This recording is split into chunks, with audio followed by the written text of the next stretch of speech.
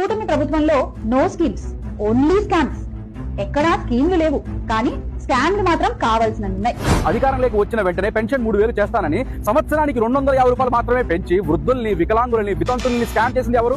అమ్మఒడి 15000 ఇస్తానని చెప్పి 13500 ఇచ్చి, అది కూడా ఒక్కరికే ఇచ్చి, అది కూడా 3 సార్లే ఇచ్చి విద్యార్థుల తల్లులని స్కామ్ చేసింది ఎవరు? ప్రతి సంవత్సరం జాబ్ క్యాలెండర్ ఇస్తానని ఒక్క నోటిఫికేషన్ కూడా ఇవ్వకుండా యువత జీవితాలని స్కామ్ చేసింది ఎవరు?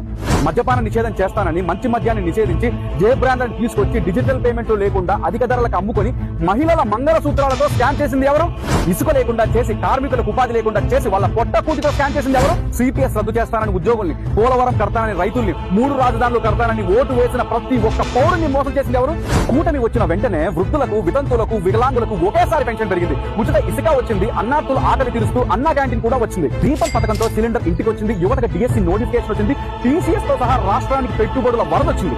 వైజాగ్ స్టీల్ ప్లాంట్ ప్రైవేటీకరణ ఆగింది. పోలవరం ప్రారంభమైంది. అమరావతికి మళ్లీ పునాది పడింది. ఓ శమలక, స్కీముల పేరుతో స్కామ్లు చేసింది మీ వైసీపీ ప్రభుత్వం. పని పథకం పాలనతో ప్రతి పౌరుడి మన్ననలు పొందుతుంది కూటమి ప్రభుత్వం.